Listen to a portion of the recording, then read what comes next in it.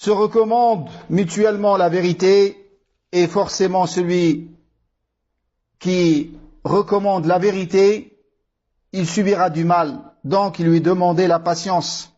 La patience avec ces trois catégories. La patience dans l'obéissance à Allah.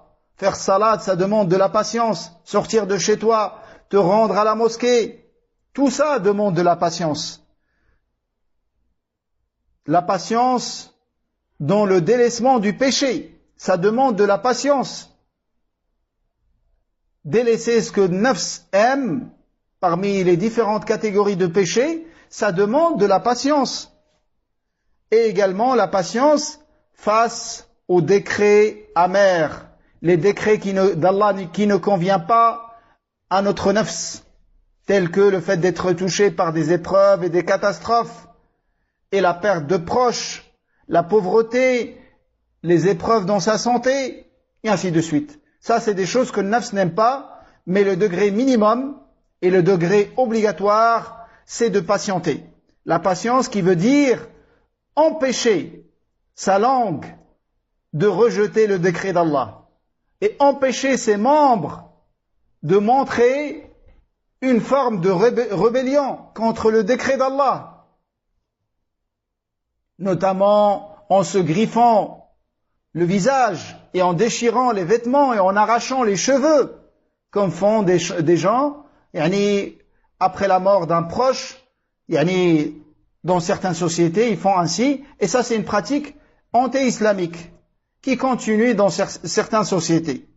Tout ça, l'islam l'a interdit. Il a ordonné la patience. Après, il y a un degré supérieur à la patience, c'est le degré de rida, la satisfaction. Qu'est-ce que signifie ce degré? Parce que quand on entend rida, on pense que c'est facile. Déjà la patience, c'est brûlant, c'est un degré brûlant. C'est pour ça que le Nabi sallallahu alayhi wa sallam a dit was-sabru diya.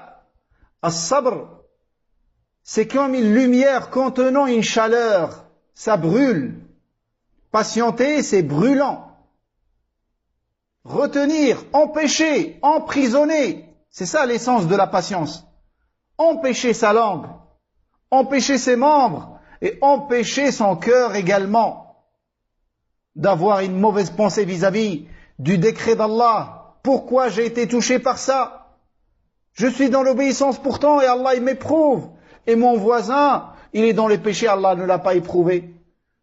Ne sais-tu pas, ya akhi, qu'Allah éprouve le serviteur plus il l'aime? Et l'épreuve du croyant est un bienfait pour lui dans l'au-delà. Allah ordonnera qu'on verse sur lui la récompense sans compter. Ce jour-là seulement, ce serviteur, il souhaitera, si seulement les épreuves dans le dunya étaient plus fortes et plus nombreuses, car chacun obtiendra sa récompense d'une manière comptée, excepté les gens de sabr, les gens de la patience. Innama yuwaffa as-sabiruna ajrahum bighayri hisab. On leur donnera leur récompense sans compter. Allahu Akbar. Mais ne demande pas à Allah la patience. Ne demande pas à Allah de t'accorder la patience. Demande à Allah de te préserver des épreuves. Demande à Allah de te préserver de l'épreuve et de te faciliter tes affaires. C'est tout ce que tu dois demander à Allah. Tout le temps. Car si Allah il te donne la patience, il te donnera l'épreuve adéquate à cette patience. Et plus il te donnera de patience, plus il t'augmentera dans les épreuves. Mais demande à Allah d'être préservé. Demande à Allah l'afiyah. Pas l'afiyah des Marocains, qui signifie le feu. L'afiyah dans la langue arabe. Et l'afiyah aussi, dans sa signification, le feu, c'est un mot arabe aussi. C'est de l'arabe pur. Car les Arabes, ils appelaient la chose par son inverse.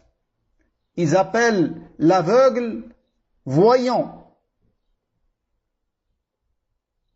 Ils appelaient l'aveugle l'a'ma, ils disaient pas l'a'ma, ils disaient le basir. Ils fuyaient le mauvais sens.